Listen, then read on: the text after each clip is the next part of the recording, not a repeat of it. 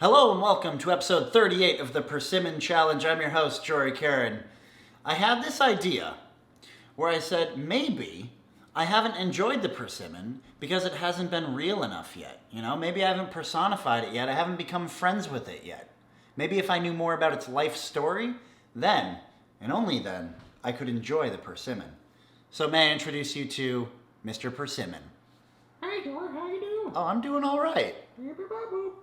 What do you do for work, Mr. Persimmon? Just hang around. Hang around what? Like a tree? Am I right? You know it. Come on. Well, I'm gonna go ahead and pick you off the tree and I'm gonna eat you. Whoa! Yeah, I'm gonna eat you, bud.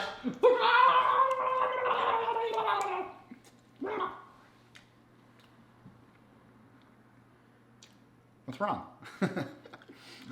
That didn't work. That didn't work. Jory's on